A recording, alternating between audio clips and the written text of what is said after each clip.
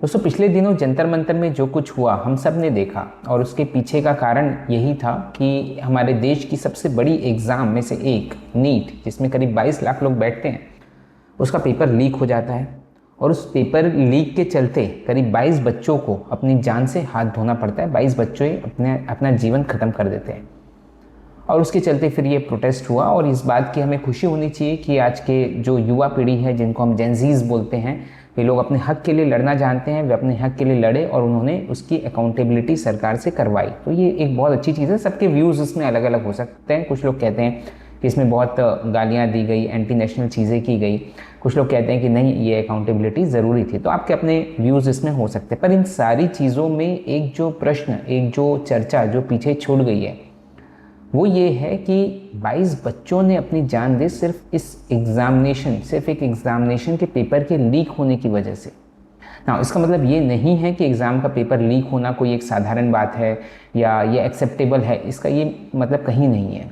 मैं क्यों ये चीज़ कह रहा हूँ, सिर्फ क्यों कह रहा हूँ, क्योंकि क्या ये इतनी बड़ी बात है कि हमारे बच्चों को अपनी जान से हाथ धोना पड़े?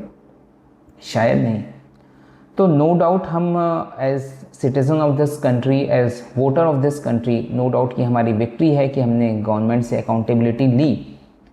बट एज सोसाइटी मुझे लगता है कि हम हार गए। एज सोसाइटी हम इसलिए हार गए क्योंकि हम हमारे बच्चों को आज हम यही कन्वे नहीं कर पा रहे हैं दैट बेटा, this is just an exam, this is not the end of the life, giving examination is the beginning of the life. बहुत से लोग ऐसे होते हैं जो डॉक्टर्स नहीं बन पाते, इंजीनियर्स नहीं बन पाते और बहुत सक्सेसफुल होते हैं। आप अपने आसपास के 10 सक्सेसफुल लोगों को देख लो, आप उनका क्वालिफिकेशन देख लो, आपको समझ में आ जाएगा। और बहुत से लोग ऐसे भी होते हैं जिनको डॉक्टर इंजीनियर बनने के बाद भी जो सक्सेसफुल नहीं हो पाते हैं। तो इसलिए इस एग्ज़ामिनेशन को या किसी भी एग्ज़ामिनेशन को ये पैरामीटर मान लेना कि ये सक्सेस का पैरामीटर है और इसके आगे कोई लाइफ नहीं है, इस तरह की जो कंडीशनिंग हुई है आज के बच्चों में, मुझे लगता है कि ये इससे ज़्यादा खतरनाक चीज़ और कुछ नहीं हो सकती। आज आप अगर फिगर्स उठा के देखें, ईयर 2024 में करीब 1,70,000 लोगों ने सुसाइड की थी। सुसाइड अटैम्प्ट वाले तो और ज़्यादा होंगे, जिसमें से 14,000 करीब बच्चे थे, 18 साल से कम उम्र के थे। 14,000 बच्चे किसके चलते? कि एक एग्ज़ामिनेशन का पेपर लीक हो गया, या फिर एक एग्ज़ामिनेशन, एक टेस्ट में आप हर साल सुनते हैं कि कोटा में इतने बच्चों ने अपने जीवन ख़त्म किया। किस लिए? क्योंकि हो सकता है कि कोई टेस्ट उनकी क्लास में हुई थी, उसमें कम मार्क्स आ गए, या जो पेपर उन्होंने वो देने वाले थे वो लीक हो गया, या फिर जो पेपर उन्होंने दिया उसमें फेल हो गए। उसके कारण अपनी लाइफ ख़त्म कर लेते हैं। किस तरह की सोसाइटी की तरफ हम जा रहे हैं? तो ये as society, as parent, as educationist हमको समझना और हमको इस चीज़ को हमारे बच्चों को समझाना ज़रूरी है कि बेटा जो भी कुछ कर रहे हो, नो डाउट उसमें आप अपना 100% दो। आप किसी भी एग्ज़ाम की तैयारी कर रहे हो, XYZ, सब में आपको 100% देना है। पूरी मेहनत से, पूरी शिद्दत से उसकी तैयारी करो। बट रिज़ल्ट कुछ भी हो जाए, उससे आपको आगे बढ़ना है। वो एंड रिज़ल्ट नहीं होता, that is not the end result. This we have to convey to our children, to our students, to everyone in that age group, in this society. और ये बहुत सीरियस इशू है। आज आप जो देख रहे हैं, 22 का जो फिगर देख रहे हैं, ये तो ऐसे बच्चे हैं जो एक्सट्रीम स्टेप लिए, जिन्होंने अपना जीवन ख़त्म किया, एकदम एक्सट्रीम स्टेप लिए। कई लोग अटेम्प्ट किए होंगे, कई लोग इसके अलावा डिप्रेशन में होंगे, हाइपरटेंशन में होंगे, हाई बीपी में होंगे, सिर्फ एक एग्ज़ाम के चलते।